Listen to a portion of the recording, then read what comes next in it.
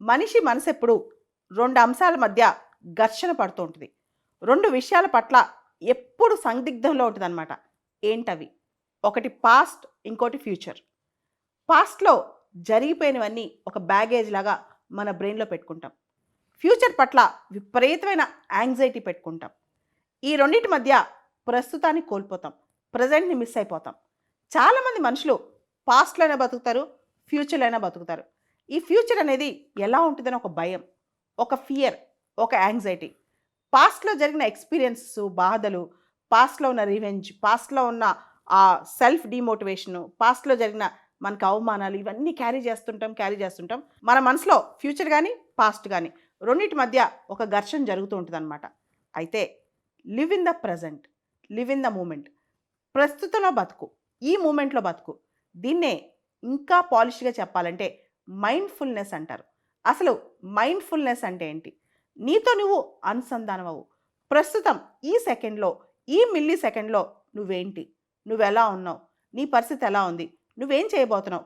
నిన్ను నువ్వు గ్రహించుకుని చెయ్యి. అది ఇంపార్టెంట్. పాస్ట్‌తో డీక్లటర్ అవ్వు. Decluttering from the past. Disconnecting from the past and reconnecting to the present. Disconnecting, decluttering అంటే ఏంటి? పాస్ట్‌లో చాలా చెత్త ఉంటది.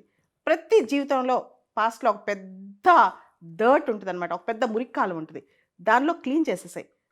చెత్తంతా పక్కన పెట్టేసేయి. చెత్తంతా మర్చిపోవడానికి ట్రై చేయి. ఏదైతే పాస్ట్‌లో ఎక్స్‌పీరియన్స్ ఉందో, ద బెస్ట్ ఉందో, దాన్ని మాత్రమే నీ మనసులోకి తీసుకో. దాన్ని మాత్రమే నీ బ్లడ్‌లోకి, వెయిన్స్‌లోకి ఎక్కించుకో. మిగతాదంతా పక్కన పెట్టేసేయి. పాస్ట్‌ని ఒక ఎక్స్‌పీరియన్స్. పాస్ట్ జరిగిపోయింది.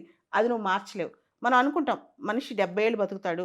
నాకిప్పుడు 30 ఏళ్ళు వచ్చినాయి, 40 ఏళ్ళు వచ్చినాయి. నేను మొత్తం 70 ఏళ్ళు అంటాం. నేనంటాను మనిషి పుట్టుక అనేది ఎప్పుడైతే పాస్ట్‌ని వదిలేస్తాడో అప్పుడే స్టార్ట్ అవుద్దని. పాస్ట్‌లో బతికితే మనిషి చచ్చిపోతాడు. Dead is dead. Let the dead bury the dead. Past వదిలేయని. పాస్ట్‌ని ఎవడో ఒకడు తీసుకెళ్ళిపోతాడు. పాస్ట్‌ని పక్కన పెట్టేయండి. ఈరోజు, ప్రస్తుతం, ఈ రోజు నుంచి నెక్స్ట్ ఎన్ని సంవత్సరాలు బతుకుతావు? ఈ రోజు నుంచి ఎవ్రీ డే ఎలా ఇంప్రూవ్‌మెంట్ తీసుకొచ్చుకుంటావు? అది చాలా ఇంపార్టెంట్ అనమాట. దీనికే మైండ్‌ఫుల్‌నెస్ ప్రాక్టీస్ అనేది చాలా అవసరం. మనం ఏం చేస్తాం? మనం ఎక్కడున్నాం? మనకేం జరిగింది? అండ్ ఈ జీవితం పట్ల, మన దగ్గర ఉన్న వాటి పట్ల, ఏదైతే మనతో ఉన్నాయో, మన దగ్గర ఉన్నాయో, వాటి పట్ల కృతజ్ఞత కలిగి ఉండటం. గ్రాటిట్యూడ్ అంటాం అనమాట. Practice gratitude. ఆ కృతజ్ఞత అనేది మనకు చాలా ఉండాలి. అంటే చాలామంది లేని వాటి గురించి ఆలోచిస్తారు. నాకు లేవు, లేవు, లేవు అని. చైనీస్‌లో ఒక సామెత ఉంటదనమాట. చెప్పులు లేవని బాధపడేవాడు ప్రతి ఒక్కడు ఒక మాట ఆలోచించుకోవాలి. అసలు నడకే లేని వాళ్ళు చాలామంది ఉన్నారు ఈ ప్రపంచంలో అని చెప్పి. అంటే నడవటానికి కాళ్ళే లేనప్పుడు ఇంకా చెప్పులు లేవని చాలామంది బాధపడేవాళ్ళు ఉన్నారు. కానీ కాళ్ళే లేని వాళ్ళు చాలామంది ఉన్నారు. మరి చెప్పులు లేవని బాధపడేటప్పుడు అసలు కాళ్ళే లేని వాళ్ళ పరిస్థితి ఏంటి? ఒకసారి ఆలోచించుకోవచ్చు కదా! సో, ఎప్పుడైనా ఉన్న వాటి పట్ల ఒక గ్రాటిట్యూడ్, ఒక కృతజ్ఞత. మనకున్న ఆయుధాలు, మనకున్న సంపద ఏంటి తెలుసా? మన శరీరం. దానిలో ఉన్న మన మనస్సు, మన మైండ్ పవర్. అన్నిటికన్నా గొప్ప పవర్ ఏంటి తెలుసా? పొలిటికల్ పవర్, ఎకనామిక్ పవర్ అనుకుంటాం. కానీ కాదు. అన్నిటికన్నా గొప్ప పవర్ మైండ్ పవర్ అనమాట. ఆ మైండ్ పవర్‌తో నువ్వు నీతో రీకనెక్ట్ అవ్వు. పాస్ట్‌తో డిస్కనెక్ట్ అవ్వు. పాస్ట్‌లో ఉన్న చెత్త అంటే క్లటర్ మొత్తం పంపించేయి బయటికి. ఫ్రెష్‌గా స్టార్ట్ చేయి నీ లైఫ్. ఇదే నీ లైఫ్. ఈ రోజుతోనే స్టార్ట్ అవుద్ది నీ లైఫ్. ఈ రోజు నుంచి నువ్వేం చేయాలి? ఎలా ఉండాలి? ముందుగా మైండ్‌ఫుల్‌నెస్. ప్రెజెంట్‌లో ఫోకస్ చేయి. ఒక చిన్న ఎగ్జాంపుల్ చెప్తానిక్కడ. విరాట్ కోహ్లీ అందరికీ తెలుసు. ఆయన చాలా బాగా క్రికెట్ ఆడతారు. ఒకసారి పాకిస్తాన్‌తో టీ20 ఆడుతున్నారు మెల్బోర్న్‌లో. మెల్బోర్న్ మ్యాచ్ చాలా ఫేమస్ అనమాట. దానిలో లాస్ట్ 8 బాల్స్ ఉన్నాయి. 28 రన్స్ చేయాలి. పెద్ద టెన్స్డ్ అట్మాస్ఫియర్ అనమాట. చుట్టూ చాలా వాతావరణం చాలా టెన్షన్‌గా ఉంది. ఆల్మోస్ట్ ఓడిపోయే పరిస్థితి. దానిలో అతనేమీ ఆలోచించలేదంట. అతను ఒక మాట అంటాడు. ప్రతి బాల్ ఇది నా ఎండ్ బాల్. నేను దీన్ని ఫోకస్ చేయాలి. అంతే. ఆ మూమెంట్ ఆ బాల్ వరకే ఫోకస్ చేశాడు.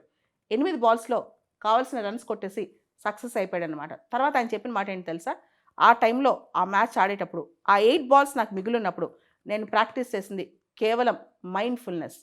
నువ్వేం చేస్తున్నావో నువ్వు మైండ్‌ఫుల్‌గా ఉండు. నీ జీవితం ఏంటో మైండ్‌ఫుల్‌గా ఉండు. అండ్ పాస్ట్‌లో నువ్వు చేసిన తప్పుల్ని, నీ పట్ల ఇతరులు చేసిన తప్పుని ఫర్గివ్ చేసేయి. క్షమించి వదిలేసేయి. సెల్ఫ్ ఫర్గివ్‌నెస్ చాలా ఇంపార్టెంట్. సెల్ఫ్ కేర్ చాలా ఇంపార్టెంట్. నీ పట్ల నువ్వు దయ కలిగి ఉండు. నీ పట్ల నువ్వు కేర్ కలిగి ఉండు. జరిగిపోయింది మొత్తం ఏదైతే తప్పులు జరిగాయో అవి పక్కన పెట్టి, ఇక నుంచి దాని నుంచి పాఠాలు నేర్చుకుని ముందుకెలా ఎళ్ళాలి. ఫర్ ఎగ్జాంపుల్ నీ వయసు 30 అనుకో, లేదా 40 అనుకో. తర్వాత ఇంకా నా లైఫ్‌లో 30 ఇయర్స్ ఉన్నాయి, 20 ఇయర్స్ ఉన్నాయి. దీన్ని ప్రతిరోజు ఇంప్రూవ్‌మెంట్ తీసుకొని the best life, intense life, impactful life ఎలా ఉండాలి? ఈ క్షణం నుంచి ప్రతి క్షణం నాదే. నేను అనుకున్నట్టే నా జీవితం ఉంటుంది, నా కంట్రోల్లో నా లైఫ్ ఉంటుంది అనుకుని ముందుకెళ్ళాలన్నమాట. ఎంత చెత్త వచ్చినా, ఎంత నెగిటివిటీ వచ్చినా, భూమి మీద ఏం జరిగినా సరే నీ హ్యాపీనెస్తో నువ్వు ఇంటిగ్రేట్ అయ్యి నీ జీవితంతో నువ్వు ఉండి దాన్ని ముందు తీసుకెళ్ళు. నువ్వు మంచి చేసుకో, 10 మందికి మంచి చేయి. ఇదే లివ్ ఇన్ ద ప్రెజెంట్ అనమాట. వీటన్నిటితో పాటు భవిష్యత్తు గురించి చాలామందికి యాంగ్జైటీ ఉంటుంది. అసలు భవిష్యత్తులో ఏం జరిగింది, నా భవిష్యత్తు ఎలా ఉండబోతుంది. చాలామంది ఈ యాంగ్జైటీతో ఆస్ట్రాలజర్స్ దగ్గరికి వెళ్తారు. నాకు 10 ఏళ్ళ తర్వాత నా లైఫ్ ఎలా ఉంటుంది, నాకు గవర్నమెంట్ జాబ్ వస్తా, నాకు పెళ్ళి అవుద్దా, నేను ఇల్లు కట్టుకుంటానా, ఇలాంటి క్వశ్చన్స్ చాలామంది అడుగుతుంటారనమాట. కానీ ఫ్యూచర్ అనేది ఆస్ట్రాలజర్ చేతిలో ఉండదు, దేవుడి చేతిలో ఉండదు, నీ చేతిలోనే ఉంటుంది. ఎలా ఉంటుందో తెలుసా? Positive affirmations. నువ్వు ఎలా ఉండాలనుకుంటున్నావో అలానే నీ ఫ్యూచర్ ఉంటుంది. నువ్వు కళ్ళు మూసుకుని నీ ఫ్యూచర్ ఎలా ఉందో ఒక్కసారి నువ్వు అనుకున్న పొజిషన్ ఊహించుకో. సేమ్ నువ్వు కలెక్టర్ అవుదాం అనుకుంటావు, కళ్ళు మూసుకుని మెడిటేషన్లో కలెక్టర్ అయినట్టు, ఆ కలెక్టర్ అయినప్పుడు నువ్వు చేసే మంచి పనులు ఊహించుకో. నిజంగా చేసావని నమ్ము. అలా ఏదైనా సరే, లేదా నీకు నువ్వు మంచి ఇల్లు కట్టుకుందాం అనుకుంటావు, నువ్వు ఒక ఇల్లు, అందమైన ఇల్లు, నీ కళల్లో ఎలాంటి ఇల్లు ఉందో అలాంటిది ఒకసారి పాజిటివ్గా అఫర్మేషన్స్లో నీ బ్రెయిన్లో ఊహించుకుని అది నిజమని నమ్ము.